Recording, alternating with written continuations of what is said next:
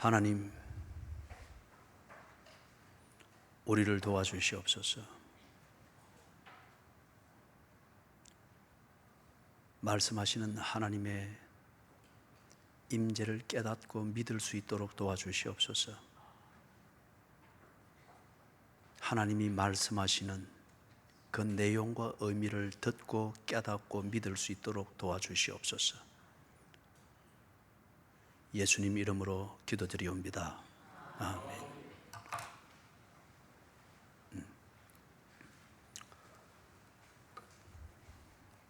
내 안에 살고 있는 것, 그것을 따라서 눈에 보이는 삶을 살게 되어 있습니다.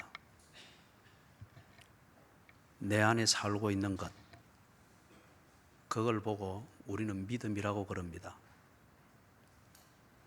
다른 말로 말하면 믿음이라고 하는 걸 가지고 내 안에 누군가를 살도록 만드는 겁니다. 겉으로 우리가 도덕이나 종교나 인간관계나 관심이나 여러 가지로 우리의 삶의 겉치장을 해도 결국 내가 사는 것은 내 안에 살아있는 것, 그것을 따라 살게 되어 있습니다. 그래서 오늘 우리가 읽은 본문의 전반부에 보니까 내가 그리스도와 함께 십자가에 못 박혔나니, 바울이라고 하는 인간 바울이 죽었습니다. 십자가에 못 박혀 죽어버렸습니다. 그렇기 때문에 이제는 내가 사는 것이 아니요, 즉 인간 바울, 눈에 보이는 그 바울이 사는 것이 아니고 내 안에 그리스도께서 사시는 것이라. 눈에 보이는 바울의 그 인생과 존재 안에 이제 바울의 본질이 바뀌었습니다. 자기 안에 사는 것, 인간 바울의 욕망이나 인간 바울의 성격이 아니고 그리스도가 사신다고 합니다. 그런 것 같으면은 이 이후로부터의 바울의 인생은 눈에 보이고 사람들이 알아왔던 바울은 더 이상 볼 수가 없을 겁니다. 모양은 바울인데 그가 만들어가는, 이후로부터 만들어가는 인생의 내용은 그리스도입니다. 그 안에 살아있는 것이 그리스도이기 때문에. 제 큰아들 친구에 대한 이야기를 들었습니다. 이번에 갔을 때. 그 친구가 프랑스 사람인데 일찍이 결혼을 했답니다. 부인이 된 사람은 건발의 전형적인 유럽 계열의 건발 미인이었다고 합니다. 지 친구가 대단히 좋아했다고 합니다. 지 친구의 직업은 진주, 바다에서 나는 진주 있죠. 이걸 가공해서 상품화해서 파는 괜찮은 직업입니다. 돈을 버는 데 있어서는. 그래서 아주 젊어서 돈을 이미 많이 모았습니다. 둘이 결혼을 했는데 결혼 생활 한 2년이 채 가기 전에 이 부인이 어디 갔는지 사라지고 없다는 거예요. 몇 개월을 기다려도 없다는 거예요. 그래서 간접적으로만 연락이 될 수 있어서 돌아오라, 기다린다. 그런데 대답은 나는 누군가에 매여서 이렇게 살 수가 없다. 나이 해봐야 이제 20대 중반이니까 내 삶을 누군가에 매여서, 결혼이라는 굴레에 매여서 그렇게 살 수는 없다. 그래서 이 남편이, 젊은 남편이 물어봤답니다. 숨겨놓은 남자가 있느냐, 아니면 사랑하는 사람이 생겼느냐. 그것도 아니라는 거예요. 어느 한 남자에게 매여서 나는 그렇게 살 수 없다. 내 젊음을 내가 살고 싶은 대로 마음껏 살고 싶다. 당신에게는 미안하다. 그러나 나는 죄책감은 가지지 않는다. 당신과 살아보면서 가지고자 했던 것, 확인하고자 했던 것, 즐기고자 했던 것은 다 한 것 같다. 채워지지 않는 나의 이 젊음, 이걸 위해서 나는 내 방식대로 살겠다. 그게 대답이었다고 합니다. 둘이 결혼하였습니다. 육체적으로는 하나 되었습니다. 그러나 금발의 그 여인의 안에 사는 것은 남편이 아니었습니다. 남자를 한 도구로 해서 채우고자 하는 그 무언가 젊은 여자의 욕망이었습니다. 그렇기 때문에 뼈 중에 뼈요 살 중에 살이라는 고백을 통해서 이루어지는 결혼이라는 이것도 그 여자의 삶을 바꿔 놓지는 못했습니다. 하나의 굴레였을 뿐입니다. 그리고 이 딱한 프랑스 남자, 이 남자 역시 지금 그 안에 금발의 여인이라는 지 눈을 매료시켰던 그런 아무 내용 없는 그 여자가 여전히 그 안에 살고 있기 때문에 이 젊은 남자가 지금 아무것도 못하고 있습니다. 내 안에 사는 것. 결혼이라고 하는 이 엄청난 도덕의 상징인 결혼이라고 하는 것을 했을지라도 겉치장을 진하게 만든 것일 뿐 내 안에 사는 것은 젊은 여자의 자기 자신도 알 수 없는 욕망입니다. 그러니 삶을 그렇게 사는 겁니다. 바울이 두 가지로 표현을 합니다. 동전의 양면과 같습니다. 인간 바울은 죽었다.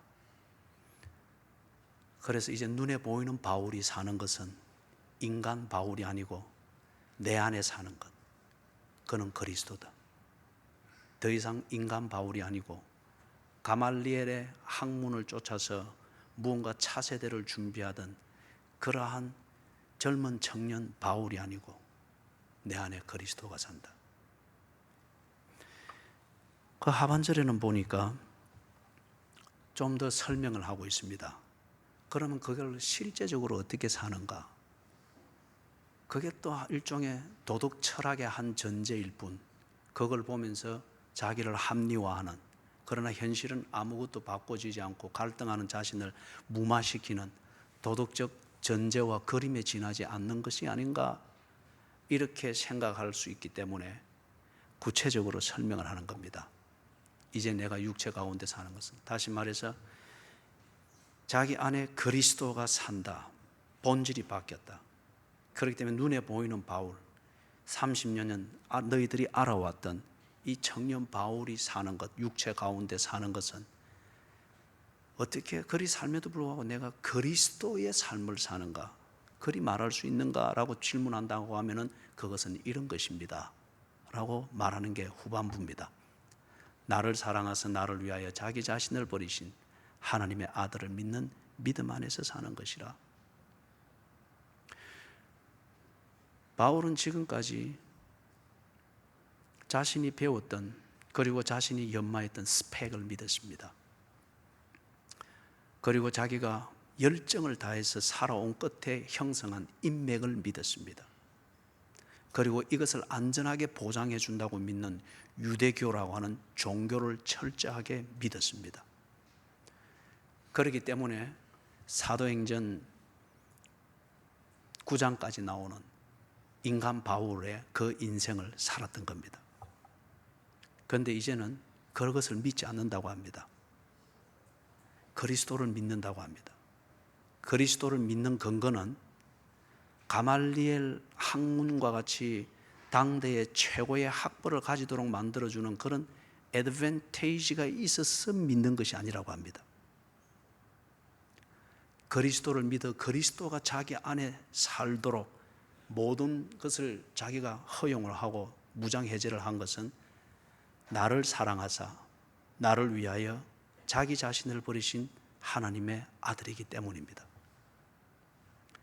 유대교가 자기에게 많은 것을 주었습니다.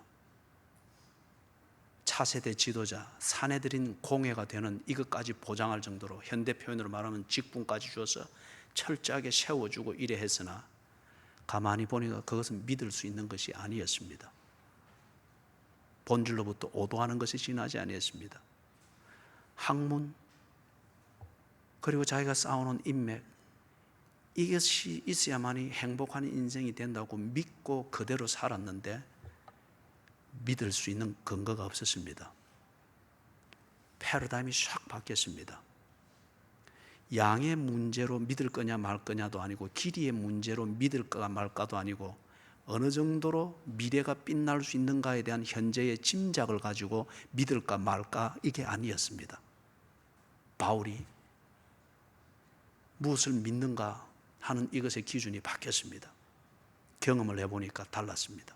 나를 사랑하사 나를 위하여 자기 자신을 버리신.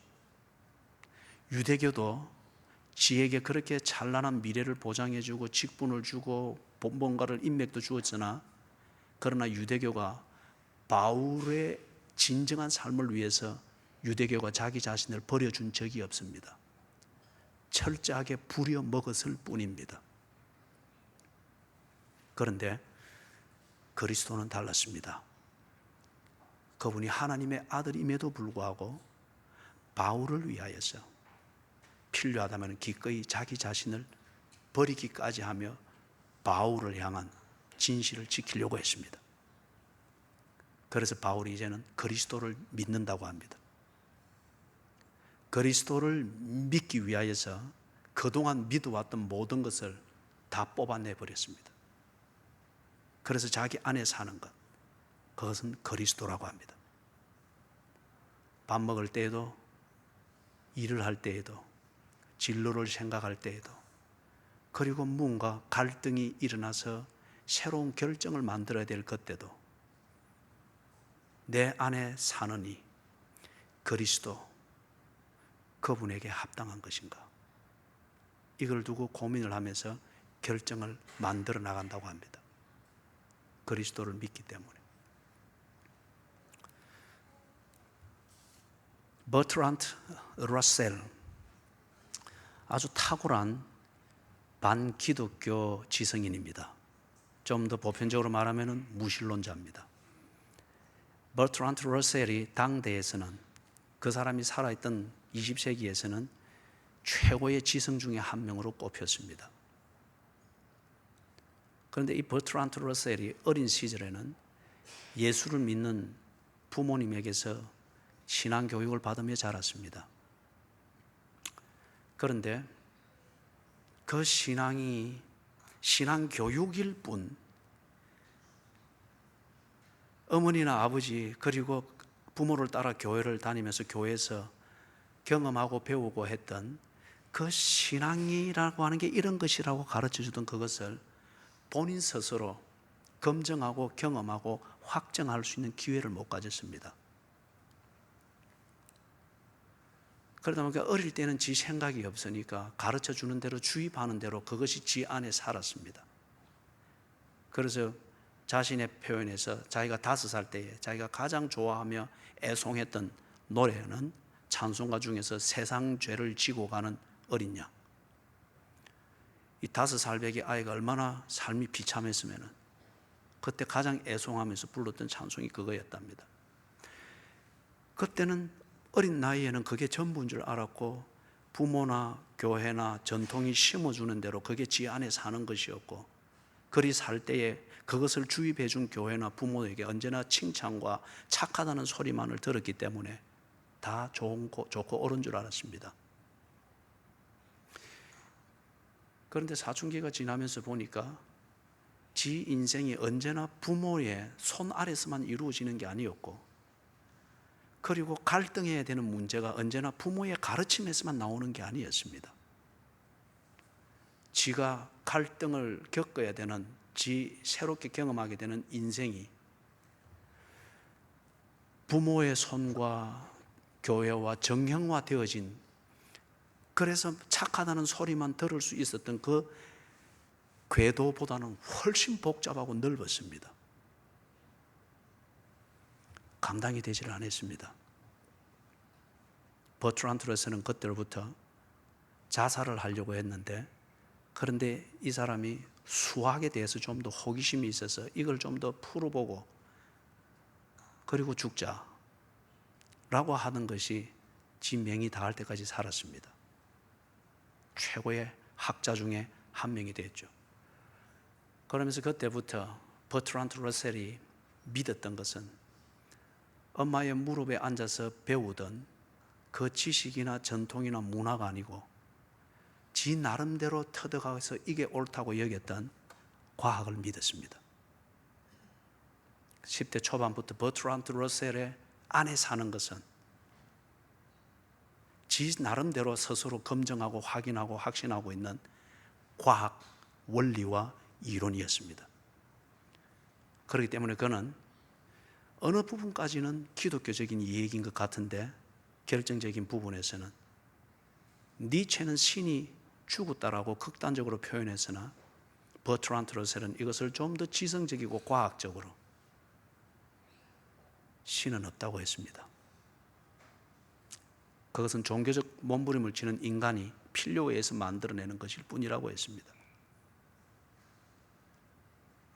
이 버트란트 러셀이 재미있는 얘기를 했어요. 그 중에 그분이 이야기했던 것 한 3가지를 간단하게 우리가 살펴보면서 오늘 이 본문을 저 갈라디아서 2장 20절에 후반부의 부분에 대해서 좀 더 집중적으로 살펴볼 수 있는 출발점으로 삼고자 합니다. 러셀이 나름대로 진단할 때에 사람들이 일상의 삶에서 보편적인 이 차원에서 자기들이 그런 삶을 살도록 만드는 자기 안에 있는 것, 그것은 크게 보아서 3가지를 들 수 있답니다. 하나는 죄의식이고, 2번째는 자기 도취고, 3번째는 과대망상증입니다. 이 3가지 중에 어느 하나가 자기 안에 살고 있기 때문에 어떤 사람은 늘 죄책감으로 시달리면서 도덕이라고 하는 이것으로 자기를 지탱하려고 몸부림치는 삶을 살게 되고, 어떤 사람은 자기 도취, 이게 그 안에 핵심을 가지고 있기 때문에 언제나 자기 자신을 자화자찬하고 아니면은 타인으로부터 칭찬과 칭송과 인기와 찬양을 받기 위해서 그런 삶을 살게 된다는 거예요. 어떤 사람은 과대망상증입니다. 비현실적입니다. 그러나 그 사람은 그것에 집착합니다. 그러다 보니까 언제나 현실과 자기가 집착하는 것의 괴리감은 더 커지다 보니까 거기서 공허함을 느끼며 심하면 정신분열증을 일으킵니다. 우울증도 그런 중에 한 현상으로 볼 수가 있죠. 조금 더 살펴보면은 죄의식, 이거는 끊임없이 자기를 책망합니다.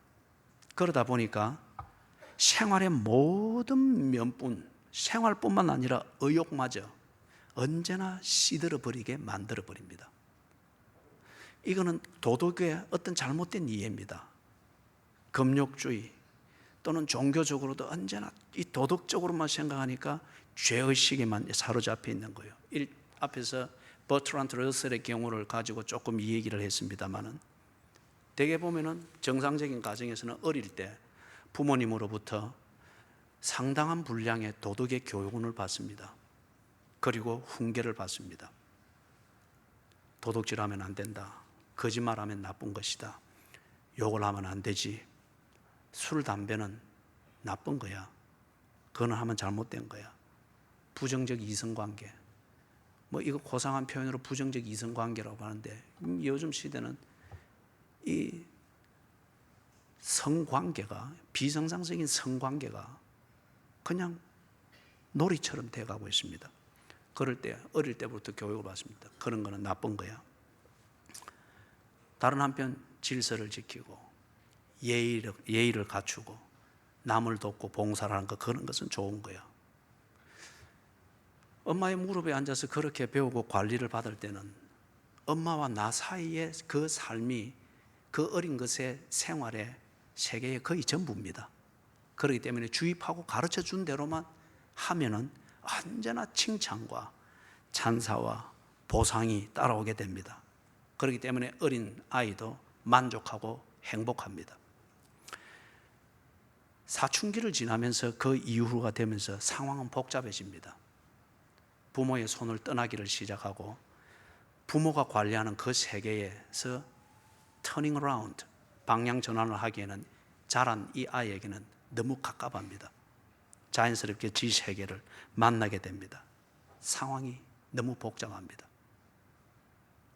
시킨 대로만 그대로만 했을 때에 당연히 칭찬이 오고 하던 것과 전혀 다른 방식으로 그런 것들이 요구가 되어지고, 어떤 경우에는 거짓말 하지 않으면 안 될 것처럼 믿어지는 그런 상황이 막 대두하게 됩니다. 고민을 합니다. 다른 한편 고민을 하고 갈등을 하면서 정말 엄마가 가르쳐준 대로, 교회가 가르쳐준 대로 거짓말을 하지 않는다. 지금 이 건발의 미녀가 내게 있는데, 이 분위기 좋은데 정말 이 분위기에 다 무르익고 한데, 이런 성교제, 성관계, 이래 하면 더 관계가 좋아지고 더 내 사람이 되어지고 할 것 같은데, 그런데 어릴 때 엄마는 교회 갈 때 그리 하면 나쁜 것이고 그건 죄다고 했는데, 정말 이걸 해야 되느냐 말아야 되느냐, 갈등하고 고민을 합니다. 그렇지만은 갈등하고 고민하면서도 문제는 뭐예요? 그대로 다 한다는 거예요. 단지 지 하고 싶은 대로 술 마시고 담배 피고 뭐 방탕하고 거짓말하고 도둑질하고 욕하고 스트레스 풀고, 그리고 뭐 성관계 뭐 다 합니다. 뭐 지난주에 어느 우리 뭐 교회 청년이 이 성의 문제, 결혼의 문제에 대해서 곤란해 하길래 제가 단도직입적으로 반문을 했습니다. 우리가 다 적나라하게 한번 벗겨볼까? 정말 교회가 이걸 안 해도 될 정도로 오늘 교인들이, 특별히 청년들이 이것에 대해서 깨끗하다고 네가 자부할 수 있겠느냐?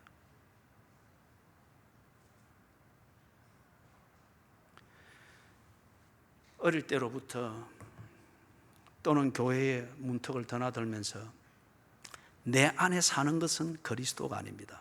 그러나 들어왔던 그것이 늘 잔재물처럼 하수구에 가라앉아 있는 음식 찌꺼기처럼 앉아 있습니다. 그러면서 그런 짓을 할 때에 깔아앉아 있는 이것, 그리고 어릴 때부터 듣고 배워왔던 그것이 나를 괴롭게 만듭니다. 또 죄 지었구만. 죄책감에 막 시달립니다. 그렇지만 죄책감일 뿐 고치지는 않습니다. 더욱더 모질게, 간교하게, 그리고 악질적으로 지 하고 싶은 대로 합니다. 그러면서 죄책감은 더 커집니다. 그러고로 사람이 어느 한계를 넘어가면 타락하게 되는 거죠.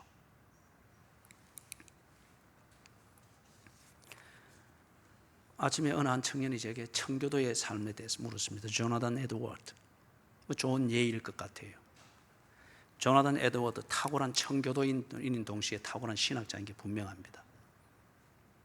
그의 삶은 데이비드 브레이너드도 그렇고, 이 청교도의 삶을 배우고 그 생활을 배워왔던 사람들이 왜 그렇게 살아야 되는가, 무엇을 얻게 되어지는가, 이것에 대한 검증과 고민 없이 청교도주의의 이 삶의 형태만 훈련받고 배우고 강요당하고 그렇게 습관이 들다 보니까 나중에 어느 단계가 되면은 금욕주의화 되어져 있는 자기 자신, 청교도라고 하는 어떤 의미에서는 한 이데올로기의 전통에 길들여져 있는 자기 자신, 그러나 이 욕망을 끄트리지 못하는 이걸 두고 혼자 깊은 갈등을 합니다. 이율배반해 주는 이 모순과 갈등에서 헤어날 줄을 모릅니다.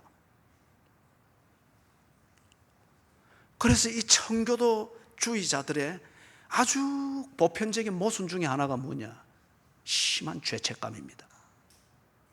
그러나 그게 왜 죄인지, 왜 금욕을 해야 되는지, 왜 혼전 성관계는 해서는 안 되는지, 왜 술은 금주를 해야 되는지, 왜 담배는 피워서는 안 되고 금연을 해야 되는지, 왜 남을 돕는 것이 옳은 것인지 성경을 두고 혼자 고민하고 갈등하고 몸부림을 치고 이게 육화되어져서 이게 내 안에 사는 것이 되는 이 과정이 없는 거예요.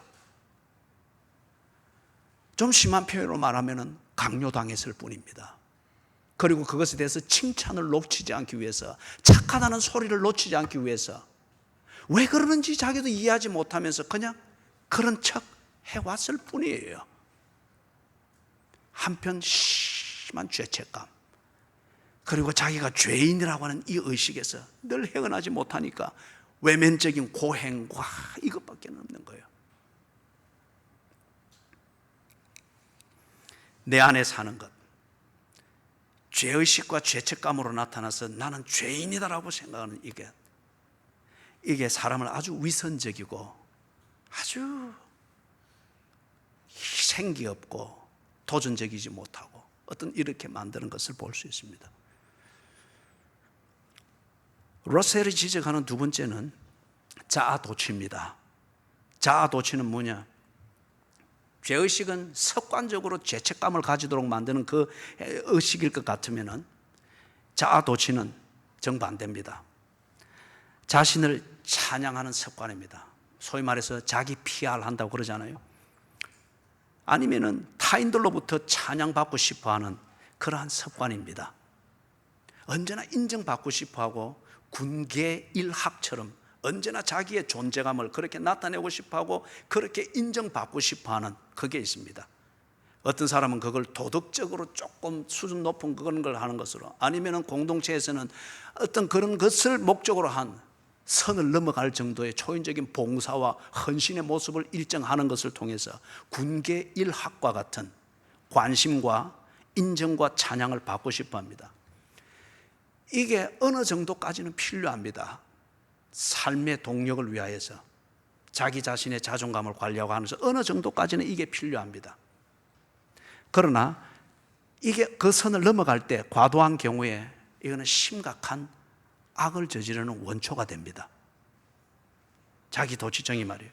예를 들면 이렇습니다. 러셀이 드는 예를 소개하면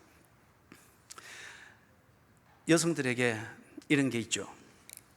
플레이보이들에게도 이런 게 있지만은 자기가 미인이다, 매력적이다고 하는 것을 인정받고 싶어 합니다. 그렇게 해서 어느 남자를 딱 유혹합니다. 걸려듭니다. 그리고 그 남자가 자기에게 확 몰입이 될 때 그 남자를 소위 속된 말로서 차버립니다. 여기까지. 자기는 인정받았다는 거예요. 이런 식이 되어집니다.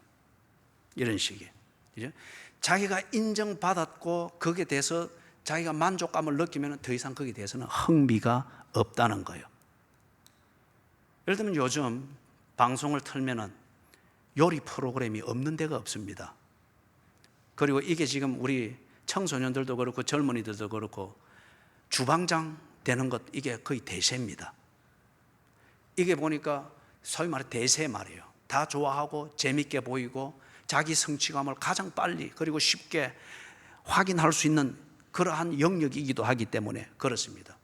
그래서 그렇게 해서 인정을 받고 자기 삶을 세워가고 싶어 합니다. 그것까지 좋습니다. 그런데 문제는 당신에게 정말 그 일을 사랑하는 당신의 천부적 재질과 그 마음이 있느냐는 거예요.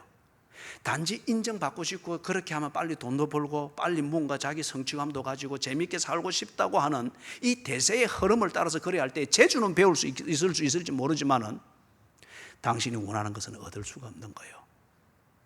이게 자기 도취, 그것이 우리의 삶을 끌어가게 될 때에 그게 주는 공허함입니다.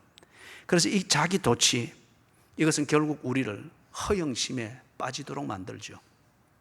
성경에서 얘는 베드로입니다. 베드로가 예수를 믿기 전에 마태복음 16장에 보면은 아주 이런 허영심에 빠졌죠. 예수님께서 베드로에게 큰 칭찬을 하고 난 다음에 예수님이 누구이며 무엇을 하는가 본질을 조금 비춰서 베드로에게 보여주었습니다. 나는 죽을 것이다. 내가 죽어서 이 일을 이룰 것이다 라고 했을 때 베드로가 16장 22절에서 단박 튀어나오잖아요. 그러면 안 됩니다. 왜 그런 식으로 일을 하려고 합니까? 그러면 안 됩니다.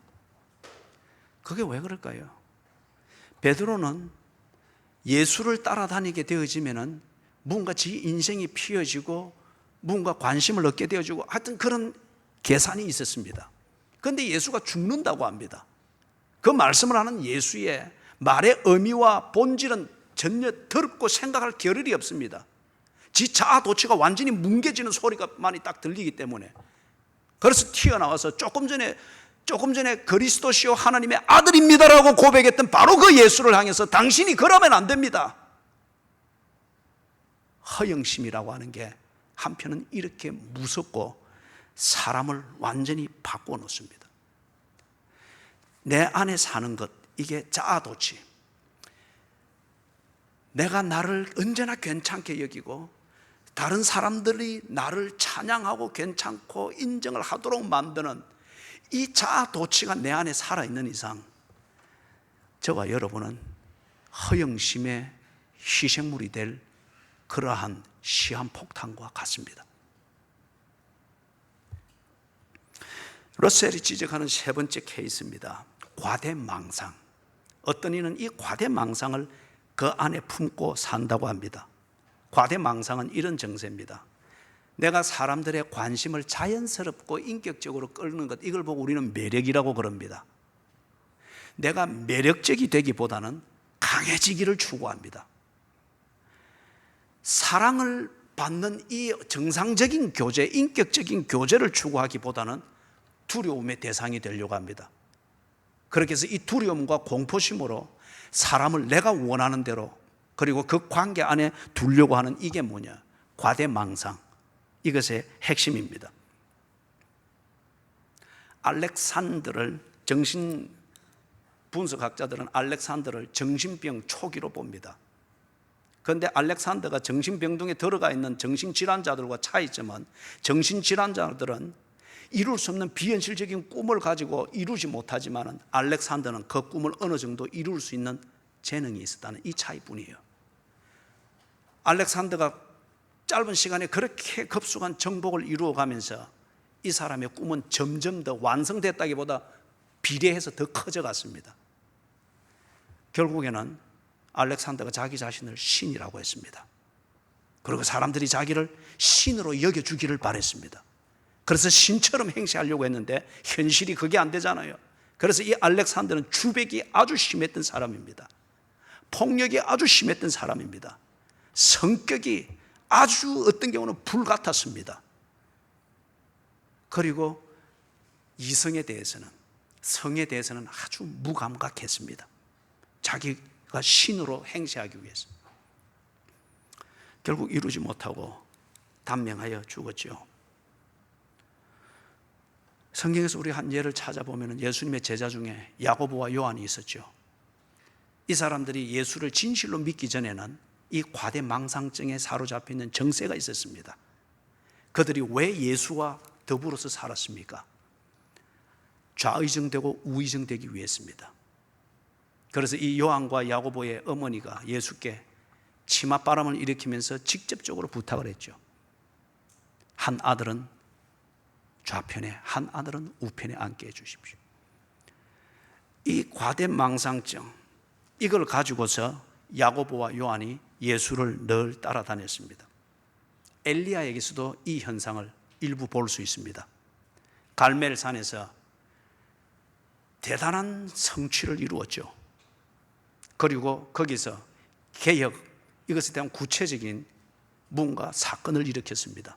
바알과 아세라를 섬기는 선지자들을 기드론 골짜기로 내려다가 한 칼에 다 베어버렸습니다. 그런 다음에 왕비 이세벨의 원한을 샀습니다. 도망을 갔죠. 도망을 가 있다 보니까 전반부에 서서 그렇게 열정적으로 모든 백성들이 보면서 우러러 볼 정도로 일을 하고 밤낮 불철주야 뛰던, 그리고 큰 성취들을 만들어내던 이 엘리야가 도망간 그 자리에서, 아무것도 없는 그 자리에서 자기 스스로 공황에 빠져버렸습니다. 과대망상이라고 하는 게 그런 거죠.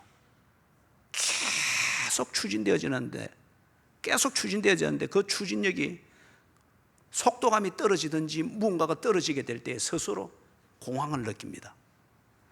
그때에 이 엘리야가 하나님께 기도하잖아요. 하나님, 죽으면 좋겠습니다.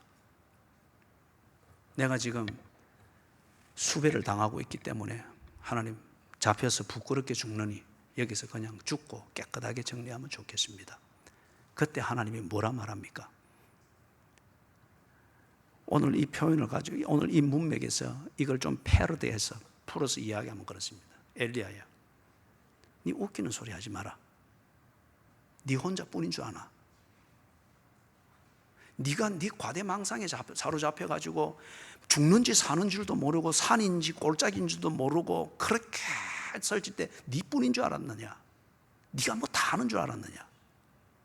그래서 그렇게 네가 안 되는 것 같으니까 역사가 끝나고 다 끝난 것 같아서 네가 죽겠다고 그렇게 거드름을 피우느냐?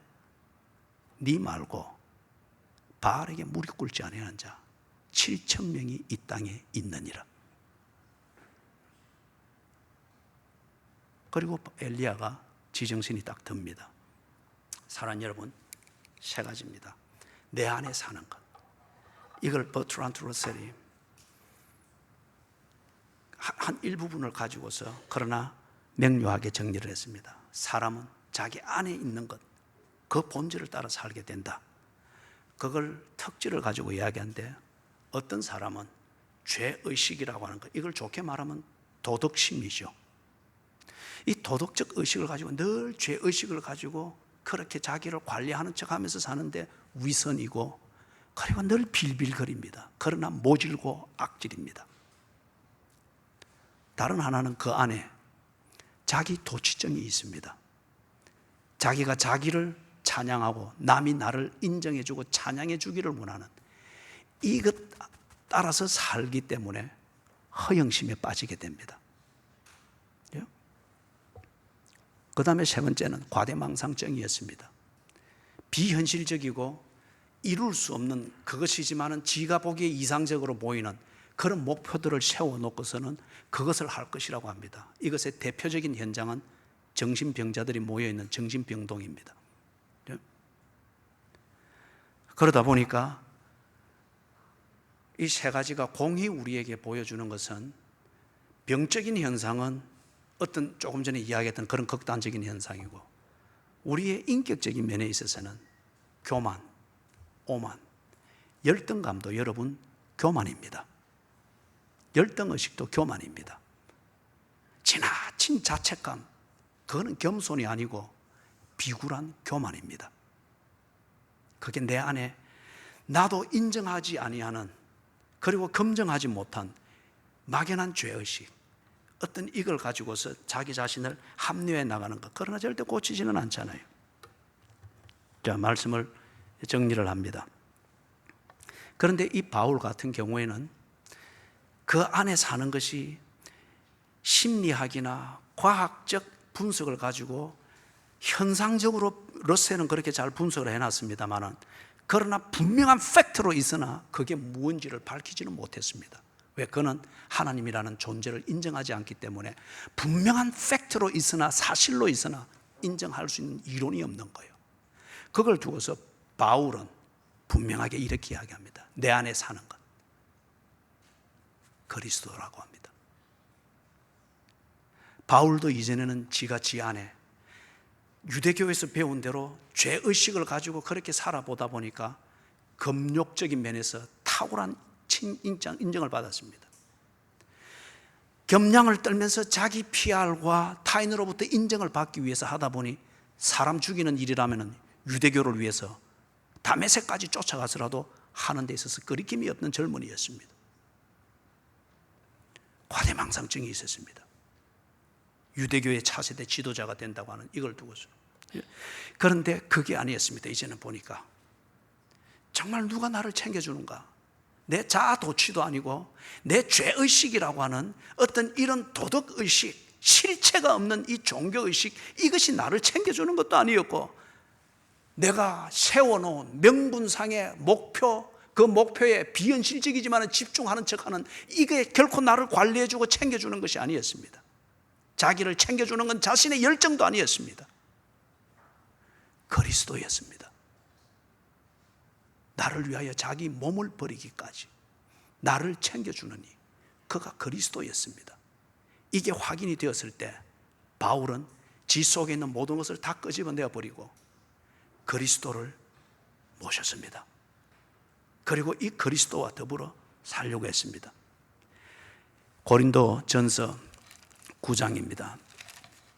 고린도 전서 9장 4절 5절입니다.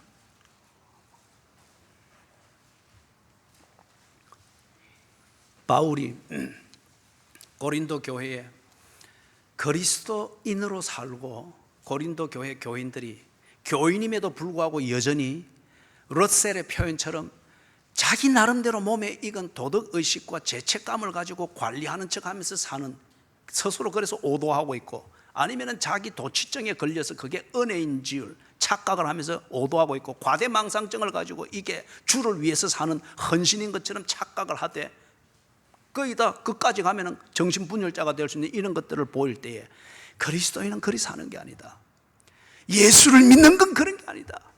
예수를 믿는 사람들이 모여있는 교회는 그리 되어서는 되지 않는다. 왜 사분오율 되어지느냐? 바울은 무엇이며, 아볼로는 무엇이며, 그리스도는 무엇이며, 게바는 무엇이냐? 왜 그걸 가지고 너희들이 다투고 싸우느냐? 그걸 위해서 교회가 섰느냐? 너희들 속에 그리스도가 없기 때문이지 않느냐? 너희들이 입으로는 그리스도라 말하지만 그 속에는, 내 안에 사는 것은 여전히 허영과 공포심과 너를 자신을 합족하게 할 수 있는 도덕에 지나지 않지 않느냐? 예수를 믿는 것은 이런 것이다 라고 말을 합니다. 그럴 때에 바울을 두고서 오해하고, 그 오해 때문에 예수를 믿는 것이 무엇인가를 말하는, 이 정말 커뮤니케이션 되어져야 될 이 진실이 오도되는 것을 방지하기 위하여 자기 변명을 하는 거예요. 그래서 9장 4절에서 우리가 먹고 마실 권리가 없겠느냐? 바울을 비롯하여 고린도에서 지금 이 복음 사역을 하고 있는 바울을 돕고 있는 동역자들 디모데와 실라, 우리가 먹고 마실 권리가 없겠느냐? 우리가 출세를 추구할 권리가 없겠느냐? 우리가 집을 살 권리가 없겠느냐? 우리가 호의호식할 권리가 없겠느냐? 유유자적하게 뜰을 걸으며 가을을 걸으며 가을 햇살을 헤아리며 릴케의 시를 엎조릴 이런 여유를 부릴, 낭만을 부리고 즐길 권리가 없겠느냐? 5절에서 게바는 베드로를 말합니다. 베드로는 결혼을 해서 언제나 다닐 때마다 아내와 더불어 동행을 합니다. 보기 좋은 것이죠. 그러나 바울은 결혼을 하지 않았습니다. 그래서 이야기를 합니다. 남들 아내를 데리고 다닐 권리가 없겠느냐? 남들 결혼할 권리가 없겠느냐? 남들 가정을 세우고 가정을 돌보고 가정을 위해서 시간을 내고, 그리고 가정을 돌보는 것이 하나님이 기뻐하는 뜻이라고 하면서 그것을 세워가는 가정을 보면서 즐거움을 누릴 수 있는 이 권리가 내게 없겠느냐? 그러나 그렇게 하지 않겠다는 거예요. 그 이유는 내 안에 사는 이 그리스도, 그 그리스도께서 내게 원하는 것이, 그 원하는 것을 위해서 내가 올인하게 될 때에 자식 붙들고 남들 하듯 24시간 자식 챙기고 무릎에 앉아서 이것 가르치고 그것 가르치고 주입하는 이것으로 시간을 보낼 수 있는 여유가 안 된다는 거예요. 먹고 마실 권리가 없는 것은 아니겠으나 내 안에 사는 이 그리스도를 따라서 살려고 할 때에 먹고 싶은 것 다 먹고 마실 것 다 먹고 필요 이상의 건강 챙기고 하느라고 여유 시간까지 그렇게 다 들이부를 때에 내 안에 사는 그 그리스도와 더불어 사는 내 인생을 사는데 충실할 수가 없다는 거예요. 그래서 포기했다는 겁니다.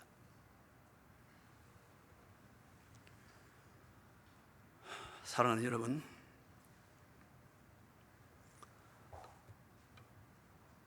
이번에 제가 방문을 했을 때에 같은 세대에서 호주의 이민교회의 1세대 또는 1.5세대의 목회를 하던 분들일 수 있겠죠. 그분들이 고생을 많이 했습니다. 정말 많이 했어요. 그런데 지금은 이제 그들이 2세대에게 거의 연결이 되어지고 이제는 뭔가 일선에서 물러나는 준비를 하는 단계입니다. 가정에서 볼 때는 자녀들이 다 장성했습니다. 한 목사님과 만났습니다. 간단한 식사를 하면서 이분이 아주 흡족하게 자기 얘기를 좀 합디다. 자녀들이 3명인데 3명 다 의사가 됐습니다. 그래서 첫째는 치과 의사가 되어서 뭐 돈을 잘 벌죠. 그러면서 아주 흡족하게 이야기를 합니다. 첫째는 이리 하고, 둘째는 이리 하고, 셋째는 이렇게 하고.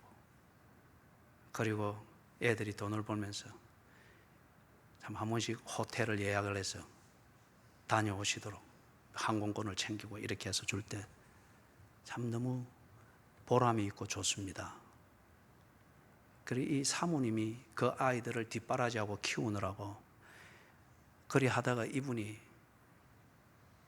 다른 일을 돈을 벌어야 되니까 하는 가운데 뭔가 앉다가 잘못 앉아가지고 허리 4번, 5번이 완전히 일이 돼버렸어요.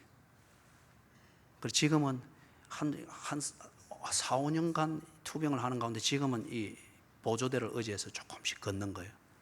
그러면서 아주 평온한 얼굴로 그리 얘기할 때 참 보기가 좋았습니다. 그러면서 돌아오기 전에 그분들이 그런 이야기하면서 저보고 빨리 시드니 안 오실 거냐고. 목사님 보니까 지금 한국을 더 좋아하는 것 같습니다. 그래서 그냥 웃고 말았습니다. 소위 부답. 웃고 말았습니다. 그러나 내 속에는 대답이 있었습니다. 돌아와서 혼자 있어서 많은 생각을 해보았습니다.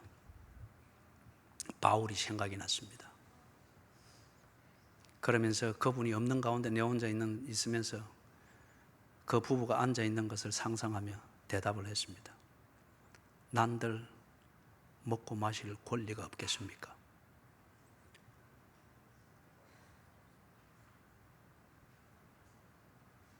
난들 24시간 자식을 보며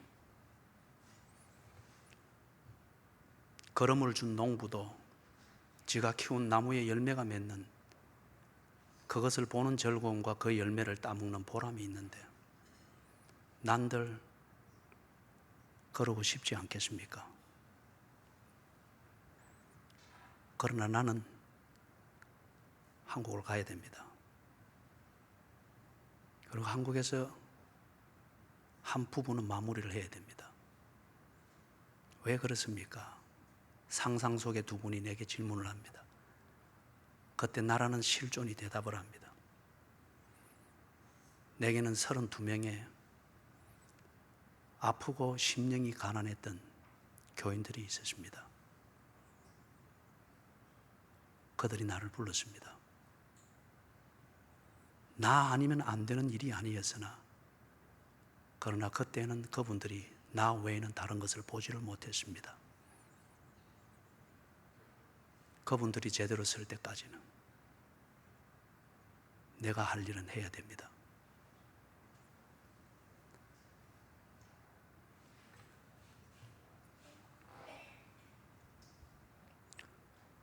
난들 자녀들과 더불어서 흐트러짐이 없고 모남이 없는 가정 예배를 드리고 그 끝에 가족들의 일상적인 대화를 나누고 조금 더 흐트러짐이 없이 반듯하게 정해진 대로 약속한 대로 그렇게 처신해 주는 것을 보는 자녀의 상황은 어떤지 상관없이 그렇게 키웠다고 잘 됐다고 보람을 느끼는 부모의 자기 도취증, 그것을 가지고 일순간의 만족을 누리는 그럴 고난이 내게는 없겠습니까? 사랑하는 여러분, 어저께 한 분을 면담하면서 우리 교회 부교육자로 오고 싶어 하는 분을 면담을 하면서 그분이 그래, 내가 마지막으로 질문했습니다. 내게 질문하고 싶은 거 있으면 하십시오. 그러면 표가 뭡니까? 물어봅니다. 올해의 표가 뭡니까? 그 제가 씩 웃었습니다. 우리 교회는 그런 표는 아직 안 정합니다. 우리에게 꼭 표가 있다면 하나님 마음에 품은 교회, 우리가 특세할 때 주제를 삼았던 그것을 교인들이 저 앞에 걸어놨습니다. 하나님 마음에 품은 교회. 그리고 여러 가지 얘기를 마치고 올 수 있는 교회인지 아닌지를 잘 생각해서 판단해서 연락 주십시오. 오늘 실행위원회가 있기 때문에 올 것 같으면 오늘 실행위에서 언론을 해야 됩니다. 어제 밤늦게 연락이 왔습니다. 지금은 갈 수 없을 것 같습니다. 당신의 고민과 결정을 존중합니다. 그렇게 아침에 문자를 보냈습니다. 사랑하는 여러분, 정말입니다. 이 교회는 계획된 개척교회가 아닙니다. 자기 도취증에 빠져서 만든 교회도 아닙니다. 과대망상을 채우기 위해서 만든 교회도 아닙니다. 죄의식을 벗어나기 위해서, 그래서 소위 말해서 서원을 갚기 위해서 세운 교회도 아닙니다. 방황했던 32명이 있습니다. 심령이 가난했던 자들이었습니다. 그 심령이 가난한 자는 복이 있다고 내 안에 있는 그리스도가 약속을 했습니다. 그리고 그 복은 천국이 저희 것이 될 것임이라고 했습니다. 이걸 위해서 내 안에 있는 그리스도는 나를 그 일을 위해서 섬기도록 부르셨다고 믿습니다. 그게 여기서 목회하는 저의 전부입니다. 여러분들이 더 이상 심령이 가난해지지 아니하면, 여러분들이 더 이상 심령이 가난해지지 않고 부유해져서 고린도 교회가 다투고 싸우듯 그렇게 다투고 싸워서 늘 누군가를 짓밟아서 내가 옳은 것을 나타내야 되는 과대망상증과 자기 도취증과 죄의식을 무마시키는 어떤 그러한 종교적 대안으로 삼고 있다고 하면은, 사랑하는 여러분, 내 안에 사는 그리스도, 그리스도인 안에 사는 그리스도, 그분은 그것을 원하지 않습니다. 예수를 믿는다고 하는 것은 무엇이냐? 내 안에 그리스도가 사는 겁니다. 모든 것을 다 뽑아내고 내 안에 그리스도가 사는 겁니다. 그리고 내 안에 그리스도가 살 때 이제 여러 가지 면에서 갈등이 일어납니다. 여러 가지 면에서 내 안에 사는 것은 그리스도이지만은 내 체질에 익숙한 것은 실체를 알 수 없는 종교적 도덕, 죄의식과 죄책감, 자기 도취증, 과대망상증, 이런 것에 길들여져 있는 내 체질과 삶의 노하우, 그리고 내 안에 사는 이 그리스도, 이 그리스도를 따라 살고자 하는 나의 새로운 본질, 이 사이에서 언제나 갈등이 일어납니다. 그럴 때에 내 안에 사는 이, 그가 나를 위하여 자기 몸을 버리시기까지 나를 사랑하셨다, 나를 책임져 주신 분은 자기 도취증도 아니고 과대망상도 아니고 죄의식이 아니라 바로 이 그리스도다. 이것을 믿는 겁니다. 인정하는 겁니다. 그리고 그대로 사는 거요. 그대로 사는 거요. 허탄한 논쟁을 거치고, 허탄한 시비를 거치고, 허탄한 자기 과시를 거치고, 실천하지도 아니할 죄의식을 가지고 무언가 경건한 척하는 허울을 벗어버리고 내 안에 사는 이 그리스도, 그분이 내게 가르쳐 주시는 대로, 그분이 내게 보여주신 대로 사는 겁니다. 먹고 마실 권리가 없겠느냐? 나도 개바처럼 아내를 데리고 다닐 권리가 없겠느냐?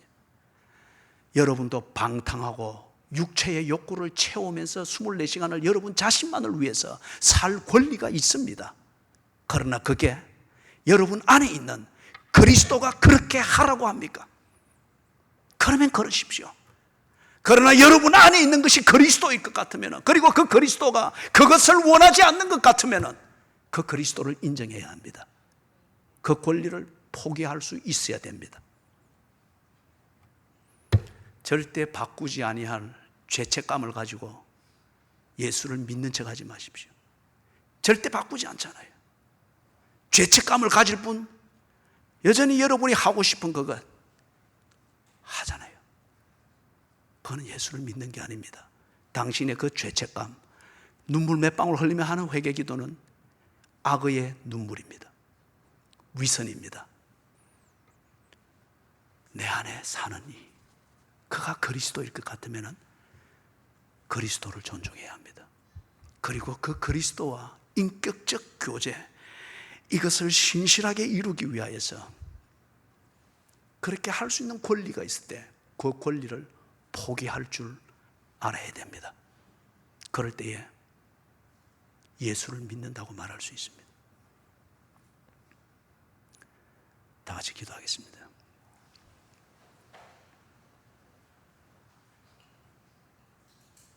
하나님,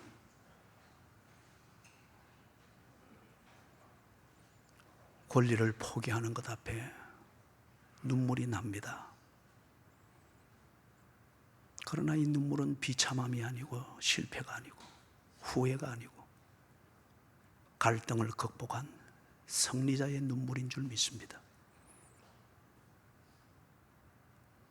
몸에 익숙한 권리를 포기하는 것을 통하여 낯설지만은 나를 사랑하신 하나님의 은혜와 하나님의 사랑, 그것으로 새롭게 되어지며 그것으로 세상의 것으로는 형용할 수 없는 진정한 그리스도인의 그 권세를 누리는 정점에 서 있을 줄로 믿습니다.